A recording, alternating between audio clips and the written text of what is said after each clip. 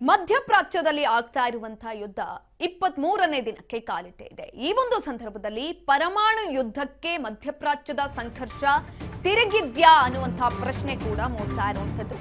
ಪರಮಾಣು ಯುದ್ಧಕ್ಕೆ ಮಧ್ಯಪ್ರಾಚ್ಯ ಸಂಘರ್ಷ ತಿರುಗಿದ್ಯಾ? ಅಣುಸ್ಥಾವರ ಮೇಲೆ ಇರಾನ್ ಇಸ್ರೇಲ್ ದಾಳಿ ಪ್ರತಿದಾಳಿಯನ್ನ ಮಾಡ್ತಾ ಇದೆ. ತೈಲ ಗ್ಯಾಸ್ ಘಟಕಗಳ ಬಳಿಕ ನ್ಯೂಕ್ಲಿಯರ್ ಘಟಕವನ್ನ ಟಾರ್ಗೆಟ್ ಮಾಡಲಾಗಿದೆ. ಇರಾನ್ ಇಸ್ರೇಲ್ ಮಧ್ಯ ಇದೀಗ ಪರಮಾಣು ಸಮರ ನಡೀತಾ ಇದೆ. ಶತ್ರು ರಾಷ್ಟ್ರಕ್ಕೆ ಅಣ್ವಸ್ತ್ರ ಸಿಗದಿರುವಂತೆ ಮಾಡುವುದೇ ಗುರಿಯಾಗಿರುವಂಥದ್ದು.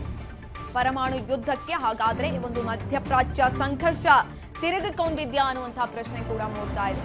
ತೈಲ ಗ್ಯಾಸ್ ಘಟಕಗಳ ಬಳಿಕ ನ್ಯೂಕ್ಲಿಯರ್ ಘಟಕವನ್ನ ಟಾರ್ಗೆಟ್ ಮಾಡಲಾಗ್ತಾ ಇದೆ.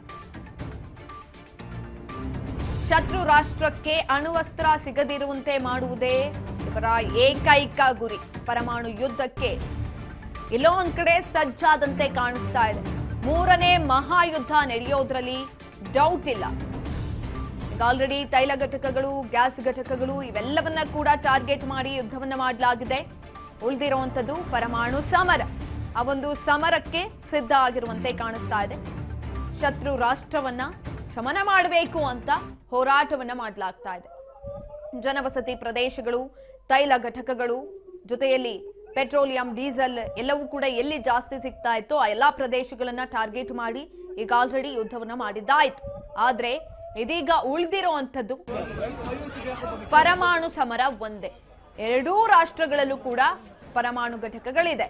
ಅದೇ ಅವ್ರಿಗೊಂದು ರೀತಿಯಲ್ಲಿ ಅಸ್ತ್ರ ಆಗಿರುವಂತದ್ದು. ಅದನ್ನ ಇಟ್ಕೊಂಡೇ ಎರಡೂ ರಾಷ್ಟ್ರಗಳು ಹೆದರಿಸ್ತಾ ಇರುವಂತದ್ದು.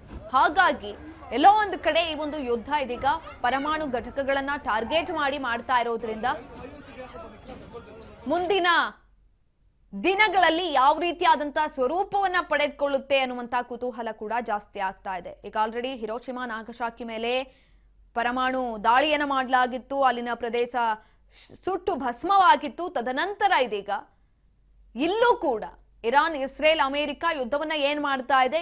ಈ ಒಂದು ರಾಷ್ಟ್ರಗಳು ಕೂಡ ಪರಮಾಣುವನ್ನೇನಾದ್ರೂ ತಮ್ಮ ಅಸ್ತ್ರವನ್ನಾಗಿ ಬಳಸಿಕೊಂಡು ಅವರ ಪ್ರದೇಶಗಳನ್ನ ಟಾರ್ಗೆಟ್ ಮಾಡಿ ದಾಳಿಯನ್ನ ಮಾಡಿದ್ರೆ ಅಲ್ಲಿನ ಪರಿಸ್ಥಿತಿ ವಿಕೋಪಕ್ಕೆ ಹೋಗುತ್ತೆ. ನಟಾಂಜ್ ಪರಮಾಣು ಘಟಕದ ಮೇಲೆ ಇಸ್ರೇಲ್ ದಾಳಿಯನ್ನ ಮಾಡಿದೆ. ನಟಾಂಜ್ ಪರಮಾಣು ಘಟಕದ ಮೇಲೆ ಇಸ್ರೇಲ್ ದಾಳಿಯನ್ನ ಮಾಡಿರುವಂತದ್ದು. ಟೆಹ್ರಾನ್ ನಿಂದ 220 ಕಿಲೋಮೀಟರ್ ದೂರದಲ್ಲಿರುವಂತಹ ನಟಾಂಜ್, ಇಸ್ರೇಲ್ ಡಿಮೋನ್ ನಲ್ಲಿನ ಪರಮಾಣು ಘಟಕಕ್ಕೆ ದಾಳಿಯನ್ನ ಮಾಡಲಾಗಿದೆ. ಡಿಮೋನ್ ನಗರದಲ್ಲಿರುವಂತಹ ಯುರೇನಿಯಂ ಸಂಸ್ಕರಣಾ ಘಟಕ, ಡಿಮೋನ್ ನಗರದ ಕಟ್ಟಡಕ್ಕೆ ಅಪ್ಪಳಿಸಿದೆ ಇರಾನ್ ಕ್ಷಿಪಣಿ. ಇರಾನ್ ಕ್ಷಿಪಣಿ ದಾಳಿಗೆ ನಗರದ ಶಾಲಾ ಕಟ್ಟಡ ಕುಸಿತವನ್ನ ಕಂಡಿದೆ. ಅರಾದ ಮೇಲೂ ಕೂಡ ದಾಳಿಯನ್ನ ಮಾಡಲಾಗಿದೆ. 100ಕ್ಕೂ ಹೆಚ್ಚು ಜನರಿಗೆ ಗಂಭೀರವಾದಂತಹ ಗಾಯಗಳು ಕೂಡ ಆಗಿದೆ. ದಾಳಿಯಲ್ಲಿ ಜನವಸತಿ ಕಟ್ಟಡಗಳು, ಶಾಲೆಗಳನ್ನ ಟಾರ್ಗೆಟ್ ಮಾಡಿ ದಾಳಿಯನ್ನ ಮಾಡಲಾಗಿತ್ತು. ಟೆಹ್ರಾನ್ನಿಂದ 220 ಕಿಲೋಮೀಟರ್ ದೂರದಲ್ಲಿರುವಂತಹ ನಟಾಂಜ್ ಪ್ರದೇಶ ಇದು. ಪರಮಾಣು ಘಟಕ, ಇಸ್ರೇಲ್ ಡಿಮೋನ್ನಲ್ಲಿರುವ ಪರಮಾಣು ಘಟಕನ ಟಾರ್ಗೆಟ್ ಮಾಡಿ ದಾಳಿಯನ್ನು ಮಾಡಿರುವಂತದ್ದು.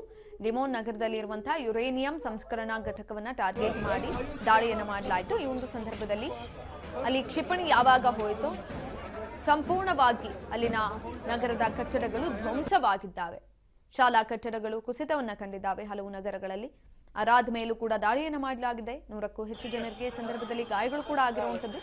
ಇನ್ನು ದಾಳಿಯಲ್ಲಿ ಜನವಸತಿ ಕಟ್ಟಡಗಳು, ಅಪಾರ್ಟ್ಮೆಂಟ್ಗಳನ್ನ ಧ್ವಂಸ ಮಾಡಲಾಗಿದೆ. ನಿನ್ನೆ ಕೂಡ ಇದೇ ರೀತಿಯಾಗಿ ದಾಳಿ ಮಾಡಿದಂತಹ ಸಂದರ್ಭದಲ್ಲೂ ಕೂಡ ಒಂದು ಅಪಾರ್ಟ್ಮೆಂಟ್ ಅನ್ನ ಟಾರ್ಗೆಟ್ ಮಾಡಿ ದಾಳಿಯನ್ನ ಮಾಡಲಾಗಿತ್ತು.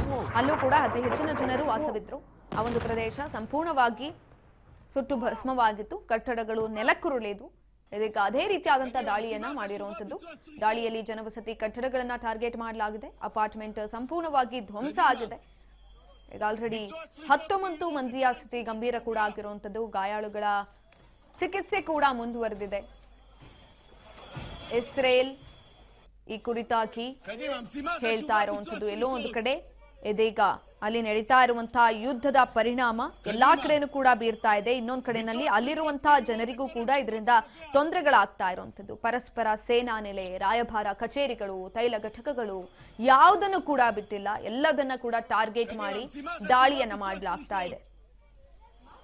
ಅನಿಲ ಘಟಕಗಳನ್ನ ಗುರಿಯಾಗಿಸಿಕೊಂಡು ದಾಳಿಯನ್ನು ಮಾಡಲಾಯಿತು, ತೈಲ ಘಟಕಗಳನ್ನ ಗುರಿಯಾಗಿಸಿಕೊಂಡು ದಾಳಿ ಮಾಡಲಾಯಿತು. ಇದೀಗ ಅದೆಲ್ಲವನ್ನ ಹೊರತುಪಡಿಸಿ ಪರಮಾಣು ಸ್ಥಾವರಗಳನ್ನ ಗುರಿಯಾಗಿಸಿಕೊಂಡು ದಾಳಿಯನ್ನ ಕೂಡ ಮಾಡಲಾಗ್ತಾ ಇದೆ.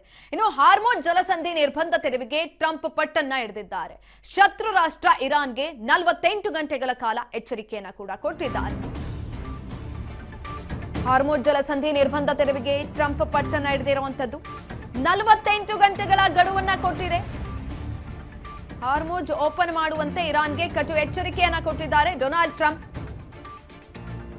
ಓಪನ್ ಮಾಡದಿದ್ರೆ ಇದರ ಪರಿಣಾಮ ಭೀಕರವಾಗಿರುತ್ತೆ ಅಂತ ಕೂಡ ಹೇಳಲಾಗ್ತಾ ಇರುವಂತದ್ದು. ಯಾವ ಬೆದರಿಕೆ ಹಾಕದೆ ಜಲಸಂಧಿಯನ್ನ ನೀವು ಓಪನ್ ಮಾಡಬೇಕು ಅಂತ ಹೇಳಲಾಗ್ತಾ ಇದೆ. ಇರಾನ್ಗೆ ವಿದ್ಯುತ್ ಸ್ಥಾವರ ನಾಶದ ಎಚ್ಚರಿಕೆಯನ್ನ ಕೊಟ್ಟಿದ್ದಾರೆ ಟ್ರಂಪ್ ಅವರು. ಹಾರ್ಮೋಜ್ ಓಪನ್ಗೆ 48 ಗಂಟೆಗಳ ಡೆಡ್ ಲೈನ್ ಅನ್ನ ಕೊಟ್ಟಿರುವಂತದ್ದು. ಯಾವುದೇ ರೀತಿಯಾದಂತಹ ಷರತ್ತುಗಳನ್ನ ಹಾಕೋ ಆಗಿಲ್ಲ. ಜಲಸಂಧಿಯನ್ನ ಸಂಪೂರ್ಣವಾಗಿ ತೆರಿಬೇಕು ಅಂತ ಇದೀಗ ಡೊನಾಲ್ಡ್ ಟ್ರಂಪ್ ಕಟು ಎಚ್ಚರಿಕೆಯನ್ನ ಕೊಟ್ಟಿದ್ದಾರೆ ಇರಾನ್ಗೆ. ಹಾರ್ಮೋನ್ ಜಲಸಂಧಿಯನ್ನ ದಿಗ್ಬಂಧನ ಮಾಡಲಾಗಿದೆ. ಇಂಪೋರ್ಟ್ ಎಕ್ಸ್ಪೋರ್ಟ್ ಆಗ್ತಾ ಇಲ್ಲ, ಸಂಪೂರ್ಣವಾಗಿ ಸ್ಥಗಿತ ಆಗಿದೆ. ಇದೀಗ ಯಾವ ಬೆದರಿಕೆಯನ್ನು ಕೂಡ ಹಾಕದಂತೆ ಜಲಸಂಧಿಯನ್ನ ಓಪನ್ ಮಾಡಬೇಕು ಅಂತ ಅಮೆರಿಕ ಅಧ್ಯಕ್ಷ ಡೊನಾಲ್ಡ್ ಟ್ರಂಪ್ ಅವರು ಇರಾನ್ಗೆ ಎಚ್ಚರಿಕೆಯನ್ನ ಕೊಡ್ತಾ ಇರುವಂತದ್ದು. ಇಲ್ಲದಿದ್ರೆ ಇರಾನ್ ವಿದ್ಯುತ್ ಸ್ಥಾವರಗಳನ್ನೇ ಹೊಡೆಯುತ್ತೇವೆ ನಾವು. ಇರಾನ್ಗೆ ವಿದ್ಯುತ್ ಸ್ಥಾವರ ನಾಶದ ಎಚ್ಚರಿಕೆಯನ್ನ ಡೊನಾಲ್ಡ್ ಟ್ರಂಪ್ ಅವರು ಇದೀಗ ಕೊಟ್ಟಿರುವಂತದ್ದು. ಹಾರ್ಮೋಜ್ ಓಪನ್ಗೆ 48 ಗಂಟೆಗಳ ಡೆಡ್ ಲೈನ್ ಅನ್ನ ಕೊಟ್ಟಿದ್ದಾರೆ ಡೊನಾಲ್ಡ್ ಟ್ರಂಪ್ ಅವರು. If Iran doesn't fully open without a threat the Strait of Hormuz within 48 hours from this exact point in time, the United States of America will hit and obliterate their various power plants, starting with the biggest one first. Thank you for your attention to this matter, President Donald Trump ಅಂತ ಇದೀಗ truth ನಲ್ಲಿ ಎಚ್ಚರಿಕೆಯನ್ನು ಕೊಟ್ಟಿದ್ದಾರೆ ಇರಾನ್ಗೆ. ಇನ್ನು 23ನೇ ದಿನಕ್ಕೆ ಕಾಲಿಟ್ಟಿದೆ ಪಶ್ಚಿಮ Asia ರಾಷ್ಟ್ರಗಳ ಯುದ್ಧ. ಮುಸ್ಲಿಂ ಯಹೂದಿಗಳ ಪವಿತ್ರ ಸ್ಥಳದ ಬಳಿಯೇ ಸ್ಫೋಟವನ್ನ ಮಾಡಲಾಗಿದೆ. ಮುಸ್ಲಿಂ ಹಾಗೂ ಯಹೂದಿಗಳ ಪವಿತ್ರ ಸ್ಥಳದ ಬಳಿಯೇ ಸ್ಫೋಟ ಮಾಡಲಾಗಿದೆ. ಅಲ್ ಅಕ್ಸಾ ಮಸೀದಿ ವೆಸ್ಟರ್ನ್ ವಾಲ್ ಬಳಿ ಭೀಕರವಾದಂತಹ ಸ್ಫೋಟ ಆಗಿರುವಂತದ್ದು. ಯಹೂದಿಗಳ ಪವಿತ್ರ ಸ್ಥಳ ವೆಸ್ಟರ್ನ್ ವಾಲ್ ಟಾರ್ಗೆಟ್ ಅನ್ನು ಮಾಡಲಾಗಿದೆ. ಮುಸ್ಲಿಮರ ಪವಿತ್ರ ಸ್ಥಳವಾಗಿರುವಂತಹ ಅಲ್ ಅಕ್ಸಾ ಮಸೀದಿ ಇದು. ಜೆರುಸಲೇಂನಲ್ಲಿ ಒಂದೇ ಸ್ಥಳದಲ್ಲಿರುವಂತಹ ವಿವಾದಿತ ಸ್ಥಳ. ಈದ್ ಅಲ್ ಫಿತರ್ ದಿನವೇ ಜೆರುಸಲೇಂ ಮೇಲೆ ದಾಳಿಯನ್ನ ಮಾಡಲಾಗಿದೆ. ಅಕ್ಸಾ ಮಸೀದಿಯಿಂದ 100 ಮೀಟರ್ ದೂರದಲ್ಲೇ ಕ್ಷಿಪಣಿ ಬಿದ್ದಿದೆ. ಯಹೂದಿಗಳ ಪವಿತ್ರ ಸ್ಥಳದ ಬಳಿಯೇ ಸ್ಫೋಟವನ್ನ ಮಾಡಿರುವಂತದ್ದು. 23ನೇ ದಿನಕ್ಕೆ ಕಾಲಿಟ್ಟಿದೆ ಮಧ್ಯಪ್ರಾಚ್ಯದಲ್ಲಿ ಆಗ್ತಾ ಇರುವಂತಹ ಯುದ್ಧ. ಈಗ ಆಲ್ರೆಡಿ ಹಲವು ಪ್ರದೇಶಗಳನ್ನ ಟಾರ್ಗೆಟ್ ಮಾಡಿ ಯುದ್ಧ ಮಾಡಲಾಗಿದೆ. ಅಲ್ಲಿನ ಪ್ರದೇಶಗಳಲ್ಲಿದ್ದಂತಹ ನಾಗರಿಕರು ಬೆಚ್ಚಿ ಬಿದ್ದು ಓಡಿದ್ದು ಆಗಿದೆ. ಜೊತೆಯಲ್ಲಿ ಇರಾನ್ ಇಸ್ರೇಲ್ ಸ್ಥಳವನ್ನ ತೊರೆದಿದ್ದು ಕೂಡ ಆಗಿದೆ. ಈ ಒಂದು ಸ್ಥಳದಲ್ಲಿ ಸಮಯದಲ್ಲಿ ಮುಸ್ಲಿಂ ಹಾಗೂ ಯಹೂದಿಗಳ ಪವಿತ್ರ ಸ್ಥಳದ ಬಳಿಗೆ ಸ್ಫೋಟವನ್ನ ಮಾಡಿರುವಂಥದ್ದು. ಎಲ್ಲೋ ಒಂದ್ ಕಡೆ ನಿನ್ನೆ ರಂಜಾನ್ ಕೂಡ ಇತ್ತು. ರಂಜಾನ್ ದಿನವೇ ಈ ರೀತಿಯಾಗಿ ಆಗಿರುವಂಥದ್ದು. ಎಲ್ಲರೂ ಕೂಡ ನಮಾಜ್ಗೆ ಹೋಗಿರ್ತಾರೆ. ಪವಿತ್ರ ಕ್ಷೇತ್ರ ಅದು. ಆ ಒಂದು ಪವಿತ್ರ ಸ್ಥಳವನ್ನ ಟಾರ್ಗೆಟ್ ಮಾಡಿ ಇದೀಗ ಅಟ್ಯಾಕ್ ಅನ್ನು ಮಾಡಲಾಗಿದೆ. ಅಲ್ ಅಕ್ಸಾ ಮಸೀದಿ ಇದು. ವೆಸ್ಟರ್ನ್ ವಾಲ್ ಬಳಿ ಭೀಕರವಾದಂತಹ ಸ್ಫೋಟ ಸಂಭವಿಸಿದೆ. ಜೆರುಸಲೇಂ ಇಸ್ರೇಲ್ನಲ್ಲಿರುವಂಥದ್ದು. ಇರಾನ್ ಟಾರ್ಗೆಟ್ ಅನ್ನು ಮಾಡಿದೆ ಇದೀಗ. ಆ ಒಂದು ಸ್ಥಳವನ್ನೇ ಟಾರ್ಗೆಟ್ ಮಾಡಿರುವಂಥದ್ದು. ಯಾಕಂತ ಅಂದ್ರೆ ನಿನ್ನೆ ರಂಜಾನ್ ಇದ್ದಿದ್ರಿಂದ ಎಲ್ಲರೂ ಕೂಡ ಜಾಸ್ತಿ ಆಗಿ ಅಲ್ಲಿಗೆ ಹೋಗಿರ್ತಾರೆ. ಪವಿತ್ರ ಸ್ಥಳ ಆಗಿರೋದ್ರಿಂದ ಅತಿ ಹೆಚ್ಚಿನ ಜನರು ಅಲ್ಲಿ ಸೇರಿರ್ತಾರೆ. ಹಾಗಾಗಿ ಆ ಪ್ರದೇಶವನ್ನ ನಾವೇನಾದ್ರೂ ಟಾರ್ಗೆಟ್ ಮಾಡಿದ್ರೆ ಇನ್ನು ಹೆಚ್ಚಿನ ಯೂಸ್ ಆಗುತ್ತೆ. ಇಸ್ರೇಲ್ನ ಹೆದರಿಸೋದಕ್ಕೆ ಇದೊಂದು ಮುಖ್ಯವಾದಂತಹ ಅಸ್ತ್ರ ಕೂಡ ಆಗುತ್ತೆ.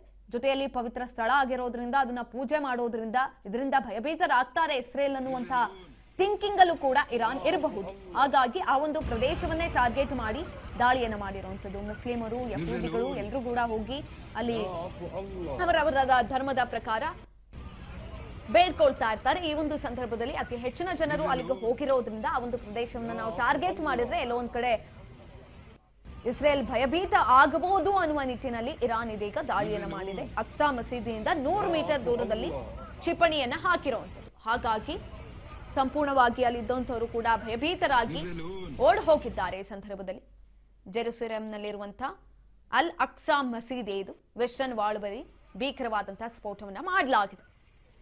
ಯಹೂದಿಗಳ ಪವಿತ್ರ ಸ್ಥಳ ವೆಸ್ಟರ್ನ್ ವಾಲ್ ಭೀಕರವಾದಂತಹ ಕ್ಷಿಪಣಿ ದಾಳಿಯನ್ನು ಮಾಡಿರೋದು. ಅಬ್ವಿಯಸ್ಲಿ ಕ್ಷಿಪಣಿ ದಾಳಿ ಆದಂತಹ ಸಂದರ್ಭದಲ್ಲಿ ಸೌಂಡ್ ಆಗುತ್ತೆ, ಭಯ ಆಗುತ್ತೆ. ಆ ಒಂದು ಶಬ್ದಕ್ಕೆ ಅಲ್ಲಿರುವಂತಹ ಜನರು ಕೂಡ ಓಡ್ ಹೋಗಿದ್ದಾರೆ. ಸಂದರ್ಭದಲ್ಲಿ 100 ಮೀಟರ್ ದೂರದಲ್ಲಿ ಕ್ಷಿಪಣಿ ಬಿದ್ದಿದೆ ಅಂತ ಅಂದ್ರೆ ಭಯಾನಕವಾಗಿಯೇ ಇರುತ್ತೆ. ಅಲ್ಲೆಲ್ಲರೂ ಕೂಡ ಹೋಗಿದ್ರು. ಆ ಸಂದರ್ಭದಲ್ಲಿ ವಾಪಸ್ ಓಡ್ ಹೋಗಿದ್ದಾರೆ. ಇಸ್ಲಾಂನ 3ನೇ ಅತ್ಯಂತ ಪವಿತ್ರ ಸ್ಥಳ ಇದು, ಅಲ್ ಹರಾಮ್ ಅಲ್ ಶರೀಫ್ ಆವರಣ. ಈ ಒಂದು ಸ್ಥಳವನ್ನ ಟಾರ್ಗೆಟ್ ಮಾಡಿ ಪ್ರವಾಹಿ ಮೊಹಮ್ಮದರು ಮೆಕ್ಕಾದಿಂದ ಪ್ರಯಾಣಿಸಿದ್ದಂತಹ ಸ್ಥಳ. ಜೆರುಸಲೇಂನಲ್ಲಿರುವಂತಹ ಅಲ್ ಅಕ್ಸಾ ಮಸೀದಿ, ಆ ಒಂದು ಮಸೀದಿಯನ್ನ ಟಾರ್ಗೆಟ್ ಮಾಡಿ ದಾಳಿಯನ್ನ ಮಾಡಲಾಗಿದ್ದಂಥದ್ದು. نزلون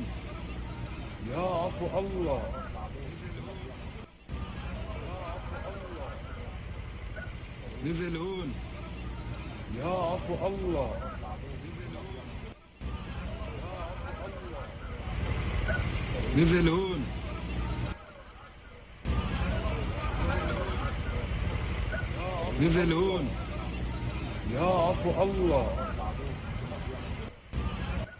نزلون يا عفو الله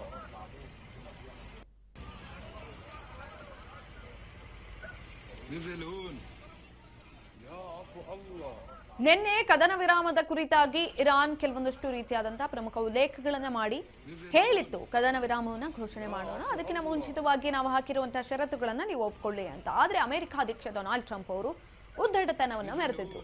ನಮ್ಗೆ ಅವಶ್ಯಕತೆ ಇಲ್ಲ, ನಮ್ಮ ಸೈನಿಕರು ಅಲ್ಲಿ ರಾಜಾರೋಷವಾಗಿ ಓಡಾಡ್ತಾ ಇದ್ದಾರೆ, ಆದ್ರೂ ಕೂಡ ಇರಾನ್ ನಲ್ಲಿ ಈ ಒಂದು ಸಂದರ್ಭದಲ್ಲಿ ನಮ್ಗೆ ಯಾಕೆ ಕದನ ವಿರಾಮ ಅಂತ ಕೂಡ ಹೇಳಿದ್ರು. ಹಾಗಾಗಿ ಇರಾನ್ ಹೇಳ್ತು, ಸರಿ ನಿಮ್ಗೆ ಅವಶ್ಯಕತೆ ಇಲ್ಲ ಅಂದ್ರೆ ನಮ್ಗೆ ಅವಶ್ಯಕತೆ ಇಲ್ಲವೇ ಇಲ್ಲ, ನಾವು ಕೂಡ ಟಾರ್ಗೆಟ್ ಮಾಡ್ತೀವಿ, ನಾವು ಕೂಡ ಎಲ್ಲಾ ಪ್ರದೇಶಗಳನ್ನ ನಾಶ ಮಾಡ್ತೀವಿ, ಸರ್ವನಾಶ ಮಾಡ್ತೀವಿ ಅಂತ ಇರಾನ್ ಕೂಡ ಹೇಳಿದಂಥದ್ದು. ಹಾಗಾಗಿ ಎಲ್ಲೋ ಒಂದು ಕಡೆ ಈ ಪ್ರದೇಶವನ್ನ ಟಾರ್ಗೆಟ್ ಮಾಡೋದಕ್ಕೆ ಅದು ಕೂಡ ಮೇನ್ ರೀಸನ್ ಆದಂತೆ ಕಾಣಿಸ್ತಾ ಇದೆ.